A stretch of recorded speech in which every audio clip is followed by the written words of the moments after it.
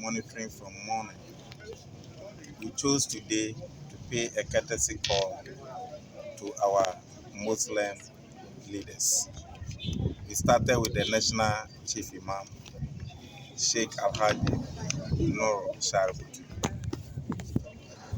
where we donated on behalf of the President of the Republic 50 bags of rice, 50 bags of sugar, and some token amount of envelope to help him manage with the holy month of Ramadan. And we receive his divine blessings and prayers. We continued with the leadership of the Al-Sunnah sect, where we donated bags of rice, 20 bags of rice and 20 bags of sugar on behalf of His Excellency the President, and also plus some token, and also receive his blessings. Then we moved to the Ahmadiyya leadership. There we did similar donations, and now we are with the Shia community, where we have done the same quantity of rice, quantity of sugar, and the same token amount of envelope. All this is to help support the leadership. In this holy month of Ramadan, whether you are rich or poor, you have to fast. And the poor will be running to the leaders like this in times like this. So as a ministry, we chose, as a ministry representing the central government and serving as an interface between governments and the faith-based institutions, we chose this one as one of our religious responsibility to come and do. And that is exactly what we have done.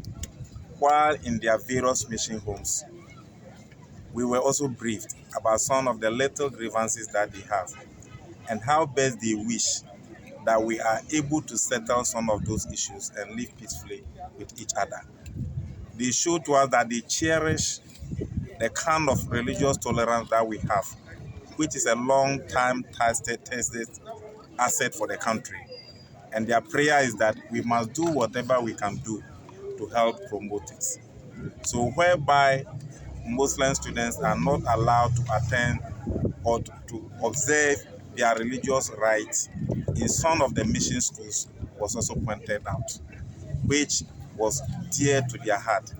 And the opinion was that we must create a platform together with my brother, the Minister for Education, and the Ghana Education Service, together with those leadership of those faith-based institutions, to bring an amicable solution to that. It was also pointed out that most of our sister countries envy the kind of religious tolerance we have in the country.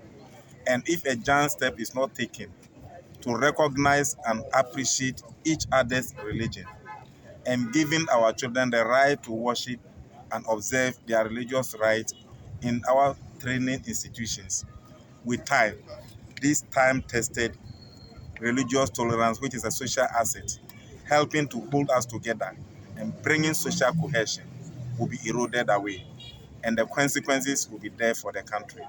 So we were charged, or we were tasked, to work together with the National Peace Council and the religious institutions to bring that situation to a halt, which I know may not be that difficult to do.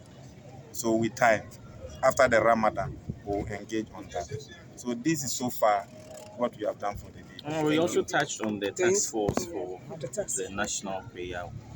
Yeah, You can share His some of Excellency the President recognized the role of God, or the God factor, or the Allah factor in governance. And therefore, he has tasked the ministry to establish or institute national prayer and thanksgiving service for our Muslim brothers and for the Christian brothers. And we were tasked to establish a task force where all the Muslim sects will be represented in establishing or instituting the Muslim National Prayer and Thanksgiving Day, and where all the Christian institutions will also be represented in establishing a task force for the National Prayer and Thanksgiving Day for our Christian brothers. So this has been, they have been briefed, and we told them that because this is Ramadan, in the coming days after the Ramadan, we'll revisit them and seek for their inputs and their reps on the committee.